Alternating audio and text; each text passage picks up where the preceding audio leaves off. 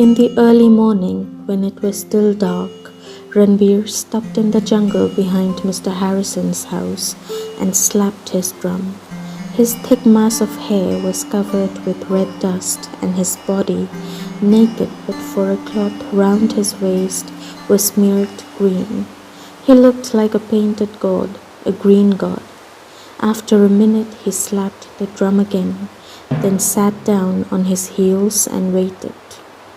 Rusty woke to the sound of the second drum beat and lay in bed and listened.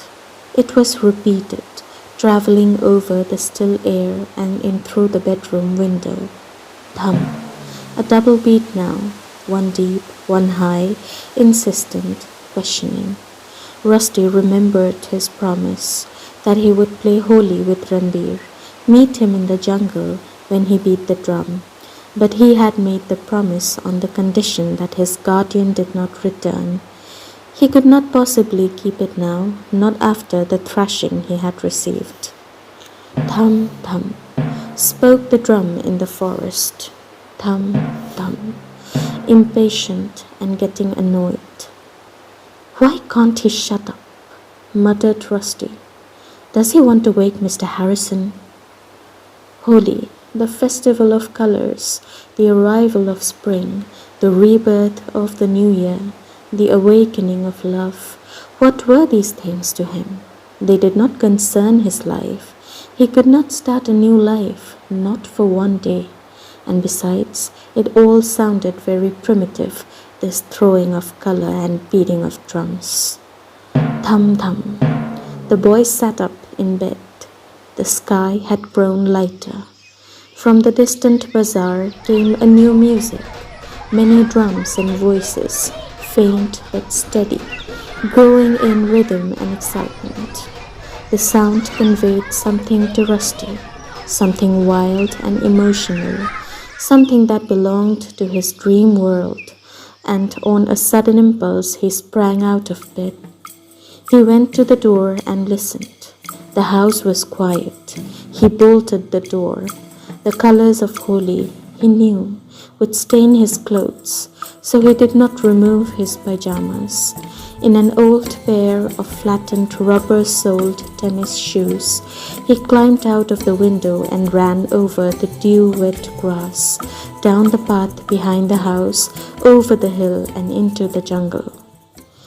When Ranbir saw the boy approach, he rose from the ground. The long-hand drum, the dholak, hung at his waist. As he rose, the sun rose, but the sun did not look as fiery as Ranbir, who, in Rusty's eyes, appeared as a painted demon rather than as a god. "You are late, mister," said Ranbir. "I thought you were not coming." He had both his fists closed, but when he walked towards Rusty, he opened them, smiling widely, a white smile in a green face. In his right hand was the red dust, and in his left hand the green dust, and with his right hand he rubbed the red dust on Rusty's left cheek, and then with the other hand he put the green dust on the boy's right cheek. Then he stood back and looked at Rusty and laughed. Then, according to the custom, he embraced the bewildered boy. It was a wrestler's hug, and Rusty winced breathlessly. "Come," said Ranbir, "let us go and make the town a rainbow."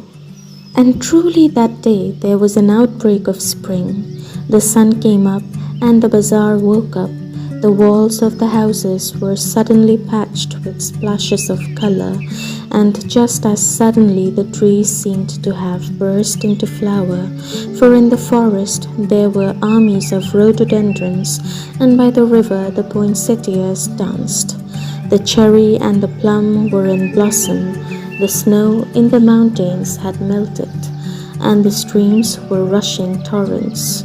The new leaves on the trees were full of sweetness, and the young grass held both dew and sun, and made an emerald of every dewdrop. The infection of spring spread simultaneously through the world of man and the world of nature, and made them one.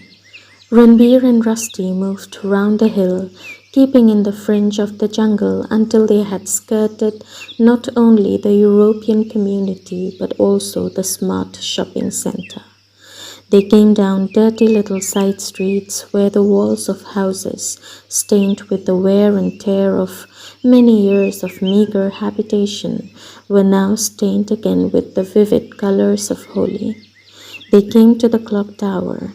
At the clock tower, spring had really been declared open. Clouds of colored dust rose in the air and spread, and jets of water, green and orange and purple, all rich emotional colors, burst out everywhere. Children formed groups. They were armed mainly with bicycle pumps or pumps fashioned from bamboo stems from which was squirted liquid color, and the children paraded the main road, chanting shrilly and clapping their hands. The men and women preferred the dust to the water. They, too, sang, but their chanting held a significance. Their hands and fingers drummed the rhythms of spring, the same rhythms, the same songs that belonged to this day every year of their lives. Ranbir was met by some friends and greeted with great hilarity. A bicycle pump was directed at Rusty and a jet of sooty black water squirted into his face. Blinded for a moment, Rusty blundered about in great confusion. A horde of children bore down on him, and he was subjected to a pumping from all sides. His shirt and pajamas, drenched through, stuck to his skin. Then someone gripped the end of his shirt and tugged at it until it tore and came away. Dust was thrown on the boy, on his face and body, roughly and with full force, and his tender, underexposed skin smarted beneath the onslaught. Then his eyes cleared. He blinked and looked wildly at the group of boys and girls who cheered and danced in front of him. His body was running mostly with sooty black, streaked with red, and his mouth seemed full of it too, and he began to spit. Then one by one, Ranbir's friends approached Rusty. Gently, they rubbed dust on the boy's cheeks and embraced him. They were so like many flaming demons that Rusty could not distinguish one from the other. But this gentle greeting, coming so soon after the stormy bicycle pump attack, bewildered Rusty even more.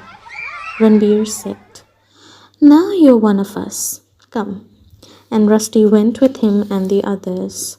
"Suri is hiding," cried someone. "He has locked himself in his house and won't play Holi." "Well, he will have to play," said Ranbir, "even if we break the house down." Suri, who dreaded Holi, had decided to spend the day in a state of siege and had set up camp in his mother's kitchen, where there were provisions enough for the whole day. He listened to his playmates calling to him from the courtyard and ignored their invitations, jeers, and threats. The door was strong and well barricaded. He settled himself beneath a table and turned the pages of the English Nudist's journal, which he bought every month chiefly for its photographic value.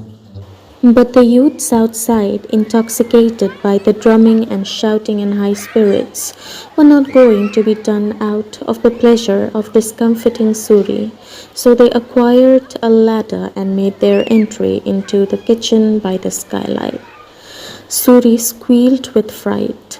The door was opened and he was bundled out, and his spectacles were trampled. "My glasses!" he screamed. "You've broken them!" "You can afford a dozen pairs," jeered one of his antagonists. "But I can't see, you fools, I can't see." "He can't see," cried someone in scorn. "For once in his life, Suri can't see what's going on. Now whenever he spies, we'll smash his glasses." Not knowing Suri very well, Rusty could not help pitying the frantic boy. "Why don't you let him go?" he asked Ranbir.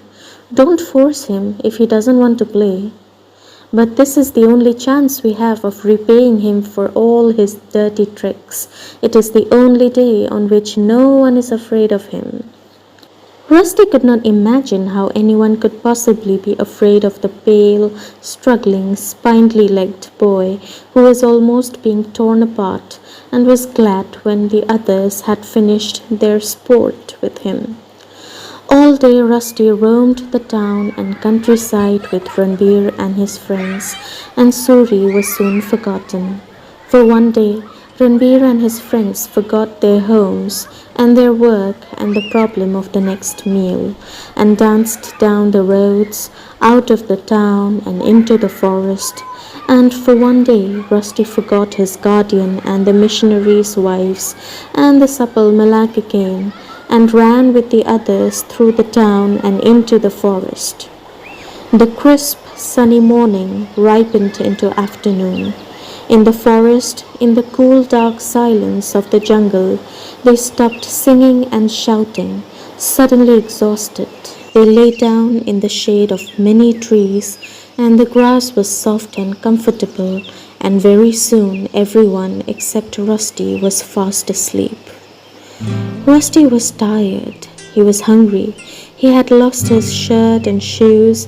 His feet were bruised, his body sore. It was only now, resting, that he noticed these things, for he had been caught up in the excitement of the color game, overcome by an exhilaration he had never known. His fair hair was tousled and streaked with color, and his eyes were wide with wonder. He was exhausted now, but he was happy. He wanted this to go on forever, this day of feverish emotion, this life in another world. He did not want to leave the forest. It was safe. Its earth soothed him, gathered him in, so that the pain of his body became a pleasure. He did not want to go home.